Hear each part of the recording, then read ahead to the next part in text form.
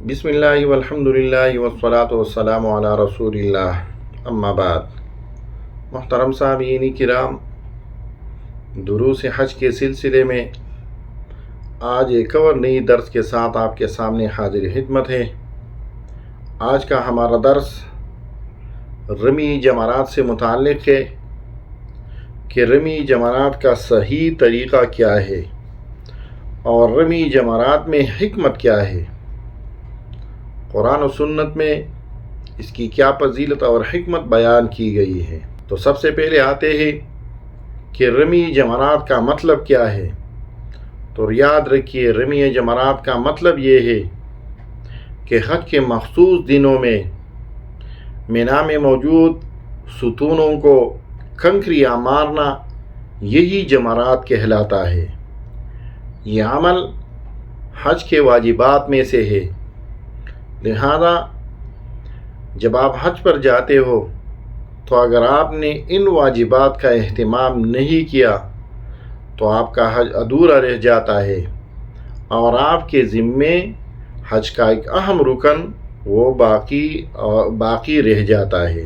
رمی جمرات کے بارے میں قرآن میں اللہ جل شانہ فرماتے ہیں وَاذْكُرُوا اللَّهَ فِي أَيَّامٍ مَّعْدُودَاتٍ، یعنی گنتی کے ان چند ایام میں اللہ جل شانہ کو یاد کرو۔ مفسرین ایام معدودات سے یہاں جو مطلب لیا ہے اس سے مینا کے ایام مراد ہے جہاں پر رمی جمرات کیا جاتا ہے۔ رسول اللہ صلی اللہ علیہ وسلم سے بھی رمی جمرات کے بارے میں بہت سے احادیث منقول ہے، جیسا کہ جابر رضی اللہ عنہ کی روایت میں آتا ہے کہ وہ فرماتے ہیں کہ رسول اللہ صلی اللہ علیہ وسلم نے جمرہ عقبہ کو 7 کنکریاں ماری اور ہر کنکری کے مارنے کے ساتھ تکبیر فرماتے تھے۔ تو اس سے معلوم ہوا کہ رمی جو ہے وہ 7 کنکریوں پر مشتمل ہوتی ہے اور ہر کنکری کے مارنے کے ساتھ اللہ اکبر کہنا سنت ہے۔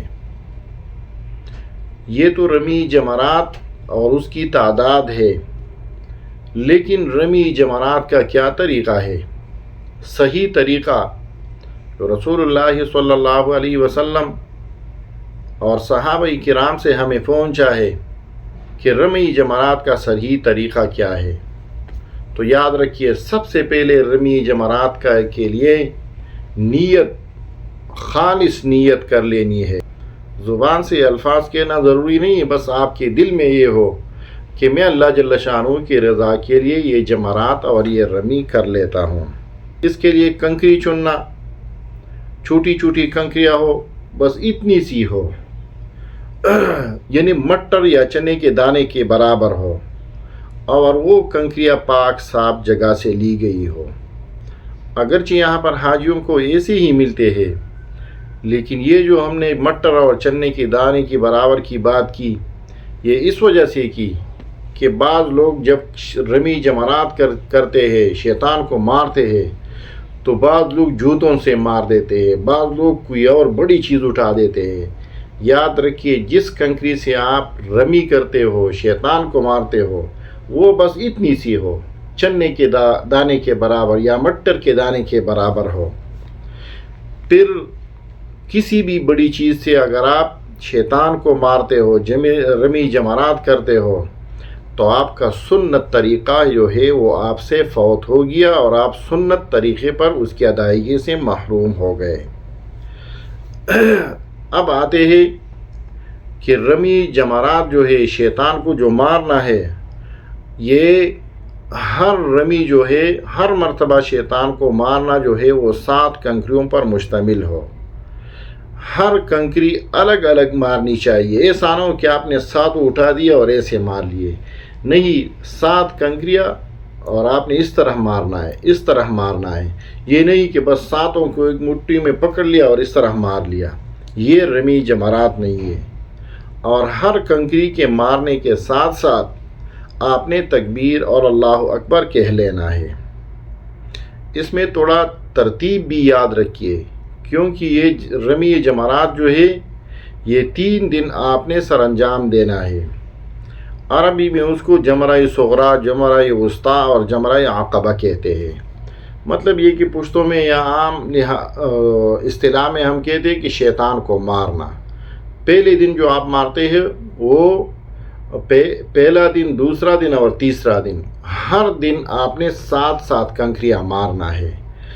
اور یہ بھی یاد رکھیے کہ ہر جمرہ کے بعد آپ نے جب 7 کنکریاں مار لی تو آپ نے پھر قبلہ رخ ہو کر دعا کر لینا ہے، اور اللہ جل شانہ سے مغفرت طلب کرنا بھی افضل ہے۔ تو اب یہ آپ کو بتا دیا کہ کنکری آپ نے اس انگوٹھی پر رکھ کر اس طرح مارنا ہے یا اس طرح مارنا ہے۔ اگر آپ اس طرح مارتے ہو یا 7 کو اس طرح مارتے ہو تو آپ سنت طریقے پر وہ کام نہیں کر رہے۔ اگر آپ نے بڑا پتھر اٹھایا اس کو مار لیا، آپ نے چپل سے مار لیا، کسی بوٹ سے مار لیا، تو آپ کا سنت طریقہ جو ہے وہ ادا نہیں ہوا۔